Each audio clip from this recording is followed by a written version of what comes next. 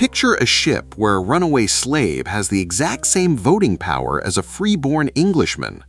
A floating society where the crew democratically elects their captain, and where that captain makes just twice the pay of the lowest deckhand. Now put that next to the British Royal Navy in the early 1700s, a place where a captain made 100 times more than a sailor and could legally flog a man to death just for dropping a rope. This radical democratic utopia wasn't some philosopher's pipe dream. It was real, and it terrified the British crown. One of the main architects of this radical democracy? A man history remembers as a mindless, bloodthirsty monster, Blackbeard. But almost everything you know about him is a carefully constructed lie. Have you ever felt like the rules of the world are rigged by the wealthy strictly to protect the wealthy? That is exactly how the impoverished sailors, indentured servants, and enslaved people of the 18th century felt. They were trapped in a global machine that ground them down for profit. So what happens when the people at the bottom push back? What happens when they build their own society on the edge of the world? Today, we are tearing up the cheap tabloid myths that have fooled us for 3 centuries. We are going to uncover how a brilliant political strategist named Edward Teach built a true republic of pirates. We will look at how he conquered ships without shedding a single drop of blood, and we will reveal the dark, illegal conspiracy the British Empire used to assassinate him and erase his democratic dream from history forever. To get why a guy like Blackbeard even existed, you have to look at the absolute nightmare of the maritime world he grew up in. Back then, the oceans were printing money for the British, French, and Spanish empires, but all that wealth was carried on the backs of ordinary sailors living in floating wooden hells. Merchant seamen and Royal Navy sailors were starved, beaten, and paid practically nothing. The British Navy heavily relied on press gangs, basically state-sanctioned thugs who would kidnap guys out of taverns and force them into years of military service. A sailor was just disposable property to the aristocrats sitting safely back in London. But in 1714, the War of the Spanish Succession ended. Suddenly, thousands of heavily armed, combat-trained, and extremely angry sailors were laid off. They were dumped in the colonies with zero money and zero prospects. Edward Teach was one of them. For centuries, cheap storybooks told us Teach was just some low-born street thug from the English city of Bristol. But modern researchers, like historian Kevin Duffus, who spent over 35 years digging through colonial archives, have uncovered a totally different story. Evidence actually points to Teach coming from a respectable family right in the American colonies, specifically North Carolina. He was educated, he could read and write, he understood maritime law. Teach wasn't a psychopath who just loved violence. He was a guy who looked at the rigid, oppressive class system of the British Empire and simply opted out. He saw thousands of disenfranchised, skilled men just like him and realized they didn't have to serve the lords across the Atlantic. They had the ships, they had the guns, they just needed a sanctuary. They found that sanctuary in the Bahamas. On the island of New Providence, there was a dilapidated, muddy beach settlement called Nassau. As historian Colin Woodward lays out in his research, Nassau turned into something the world had never seen, a republic of pirates. Led by charismatic captains like Benjamin Hornigold and his rising protege, Edward Teach, this wasn't just a hideout, it was an independent state. And it wasn't the stolen cargo that terrified the European powers, it was the ideology. These pirates set up a radical social experiment. When a crew took over a ship, the very first thing they did was draft Articles of Agreement. Think of it as a constitution. Every man signed it, and it guaranteed rights that were completely unheard of at the time. First, absolute democracy. The crew elected the captain by popular vote. If the captain acted like a coward in battle or treated the men unfairly, the crew could vote him right back down to a deckhand. To keep the captain in check, they created the quartermaster, who acted as the crew's representative to handle food and justice. Second, they actually shared the wealth. Instead of the ship owners taking 99% of the cut, pirate loot was divided into shares. A captain might get 2 shares, rules, every single deckhand got one full share. If you lost a leg or arm in battle, the articles guaranteed you a payout from a communal insurance fund. And maybe most shockingly, this pirate republic was largely colorblind. A massive chunk of pirate crews were runaway slaves from Caribbean plantations. The second they stepped onto a pirate deck, they were free men with a vote and a gun. Edward Teach thrived here. He was a brilliant administrator and a natural political leader, mediating disputes among thousands of outlaws. But Teach wasn't stupid.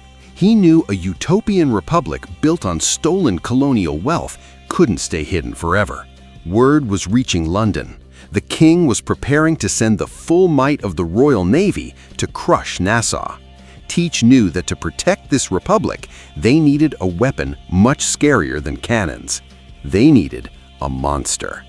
If you watch a Hollywood movie, Blackbeard is a chaotic, trigger-happy killer.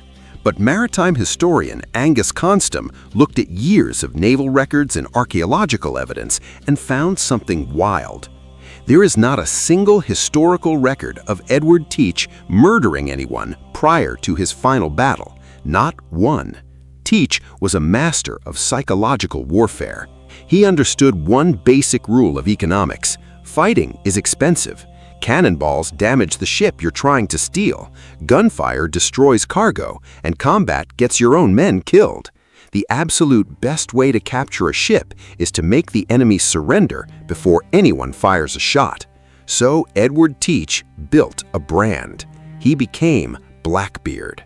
Standing around 6 feet 4 inches tall in an era when most men were way shorter, Teach already was intimidating, but he leaned into it. He wore heavy coats, strapped 6 loaded pistols across his chest, and grew a massive wild beard. Right before an attack, he would take slow-burning hemp cannon matches, tie them into his beard and under his hat, and light them on fire. Imagine you're a merchant sailor looking through a spyglass and you see a literal demon surrounded by thick black sulfur smoke towering over the wheel of an approaching ship. You drop your weapons. You surrender immediately. It was flawless marketing. By creating this aura of pure terror, Teach ensured nobody dared fight back. His reign was entirely bloodless. His strategic genius peaked in May of 1718 when he blockaded Charleston, South Carolina. Commanding a massive captured slave ship renamed the Queen Anne's Revenge, Blackbeard locked down one of the wealthiest ports in America. But he didn't demand gold, he didn't demand jewels, he demanded a chest of medicine. His crew was sick. Teach, doing exactly what a good elected captain should do, prioritized the welfare of his men and held the city hostage until they handed over the medicine. Once he got it, he let the hostages go and sailed away. It was the ultimate embarrassment for the British Empire, and King George I had officially had enough. He sent a hard-nosed privateer named Woodes Rogers to the Bahamas with a fleet of warships and an ultimatum: take a royal pardon and surrender or hang in chains. We've reached the halfway point of this video, and according to statistics, this is exactly where most people stop watching.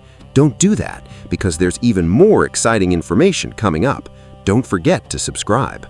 When Woodes Rogers dropped anchor in Nassau in the summer of 1718, he brought the Act of Grace, a royal pardon for any pirate who surrendered. It completely broke the pirate utopia. A lot of guys were tired of running and wanted the pardon. Hardliners wanted to fight to the death. The democratic experiment was tearing itself apart. Teach saw the writing on the wall. The Republic was dead, but he had hundreds of men relying on him, and his flagship, the Queen Anne's Revenge, was way too big and drew too much water to outrun British warships. Historians now believe Teach made a cold, calculated business decision to downsize. In June of 1718, the Queen Anne's Revenge ran aground on a sandbar off the coast of North Carolina. For years, people said he was just drunk and crashed, but modern maritime archaeologists looking at the wreckage know it was deliberate. By beaching the warship, Teach was able to legally lay off his massive pirate army without looking like a traitor. He moved the most valuable loot to a smaller, faster sloop called the Adventure. He left behind the guys who wanted to keep pirating, kept his tightest crew, and sailed right up to the governor of North Carolina, Charles Eden, to accept the king's pardon. Teach bought a house in the town of Bath. He started working as a legal merchant. The terror of the seas had officially retired. But Teach made one fatal miscalculation. He didn't realize that in colonial politics, a retired pirate was worth way more dead than alive. Why did the governor of North Carolina let Blackbeard just retire in his backyard? The old myth says Teach bribed him, but as researcher Kevin Duffus points out, it was really about economics. North Carolina was isolated and poor. Large merchant ships couldn't navigate its shallow waters. Teach, who likely had local roots anyway, became a massive economic boost for the colony. He brought in cheap sugar, rum, and goods. To the locals, he wasn't a monster. He was a Robin Hood, cutting out the wealthy British middlemen. But right next door, the governor of Virginia, Alexander Spotswood, was seething. Professor of law Robert E. Lee meticulously analyzed what happened next. Spotswood was an arrogant, ambitious politician who hated North Carolina. He saw an opportunity to boost his career, grab Teach's supposed hidden treasure, and humiliate Governor Eden all at the same time. There was just one massive legal roadblock. Teach was a pardoned, free citizen living in North Carolina. Spotswood had zero jurisdiction over him. Sending troops across the border was a blatant act of war against a neighboring colony. It was highly illegal. So Spotswood ran a black op. He secretly hired 2 unmarked sloops, filled them with heavily armed Royal Navy mercenaries led by Lieutenant Robert Maynard, and paid them out of his own pocket. He promised them Teach's loot as a bounty. This wasn't justice. It was an off-the-books assassination. In late November 1718, Maynard's hit squad quietly slipped into the Ocracoke Inlet. Teach and a skeleton crew of just 18 men were anchored for the night. The most famous pirate in the world went to sleep with no idea that heavily armed killers were drifting toward him in the dark.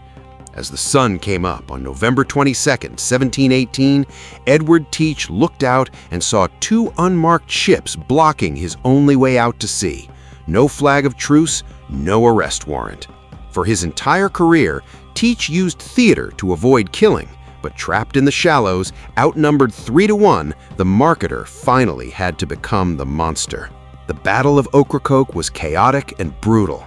Teach hit Maynard's ships with a devastating broadside of grape shot, wiping out a huge chunk of the attackers. Maynard ordered his surviving men to hide below deck and play dead. Thinking he had won, Teach led his men over the rails to board Maynard's ship. It was exactly what the lieutenant wanted. The hidden mercenaries flooded up from the hatches. Teach fought like a man backed into a corner, snapping Maynard's sword in direct combat, but there were simply too many of them. A mercenary slashed Teach across the neck from behind, and the soldiers swarmed him. When it was over, Edward Teach was dead on the deck. It took 5 bullet wounds and 20 severe sword cuts to stop him. He had never killed a man before that morning. Maynard cut off Teach's head, hung it from the front of his ship, and threw the body into the water. Spotswood got his political victory, even though he hardly found any treasure. But physically killing Edward Teach wasn't enough. The Empire had to kill his legacy too. 6 years later, a wildly popular book hit the streets of London. A General History of the Pirates, written by a Captain Charles Johnson. Modern historians know Johnson was a fake name, probably used by a journalist looking to make a quick buck. The book was pure propaganda. It stripped away all of Teach's intellect, his political strategy, and his democratic ideals. It invented absurd lies that he had 14 wives, that he shot his own crew for fun, that he buried treasure everywhere. And it worked. It sold thousands of copies and erased the Pirate Republic from public memory. It made people forget that working-class sailors actually built a society based on racial equality, fair pay, and voting rights. The Empire needed Blackbeard to be a psychopath so they could justify slaughtering him. They needed a monster to scare the working class out of rebelling. And for 300 years, we bought it. But the real Edward Teach, the strategist, the protector of his crew, the architect of a utopia on the edge of the world, is a hell of a lot more interesting than the ghost story they left behind.